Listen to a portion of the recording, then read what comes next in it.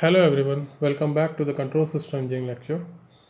In this lecture we are going to study about the solution of the homogeneous state equation or an autonomous system.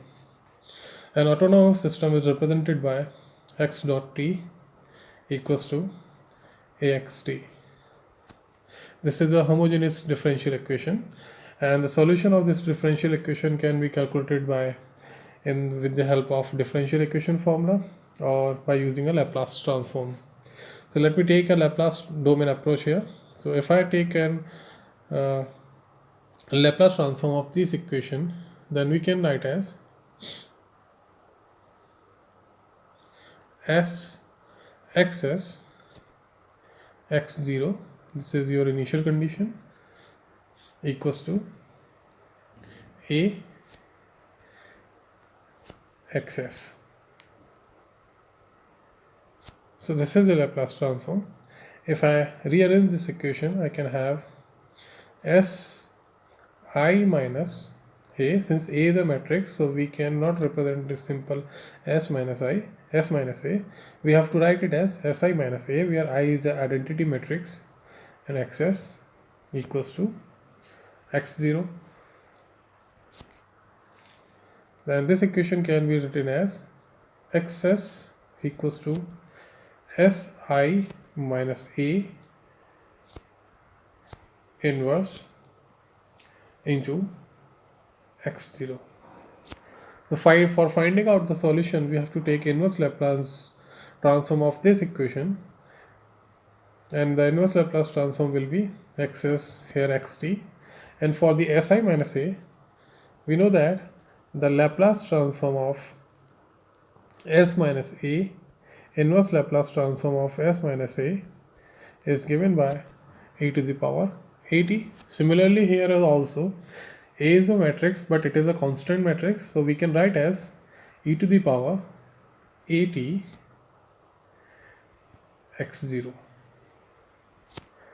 This matrix e to the power at, the exponential of matrix A into T, is called as state transition matrix.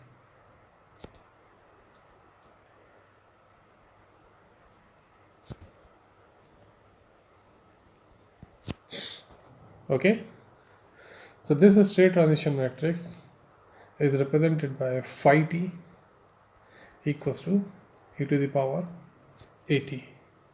So there are few properties of the state transition matrix that I would like to discuss here. So we can say, what are the properties of state transition matrix STM? Number one,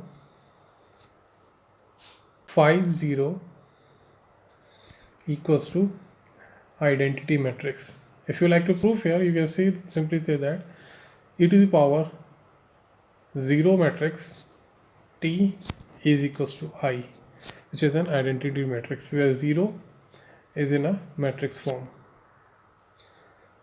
Similarly, second property, phi t minus t equals to phi inverse t.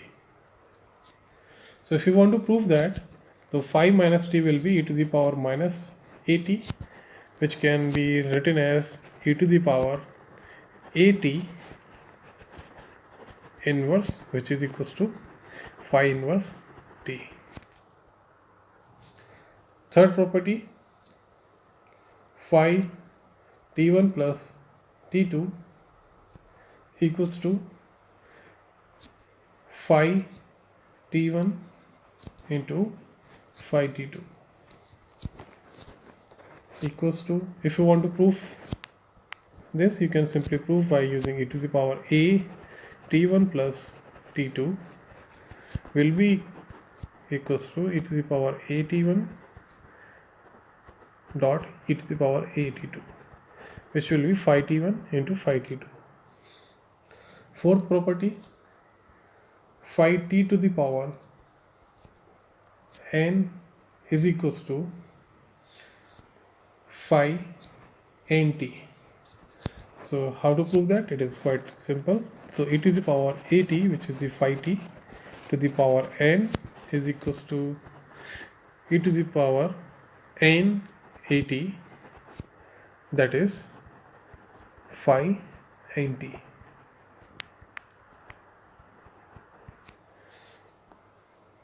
Similarly, the last property, the fifth property, is phi t2 minus t1 into phi t1 minus t0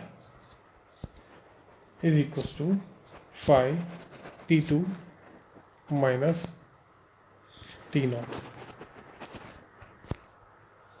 If you want to prove that, you can prove simply e to the power a t2 minus t1 multiplied by e to the power a t1 minus t0 will be equals to, here t1 and t1 will cancel out, so we will have e to the power a t2 minus t0, which is the phi t2 minus t0.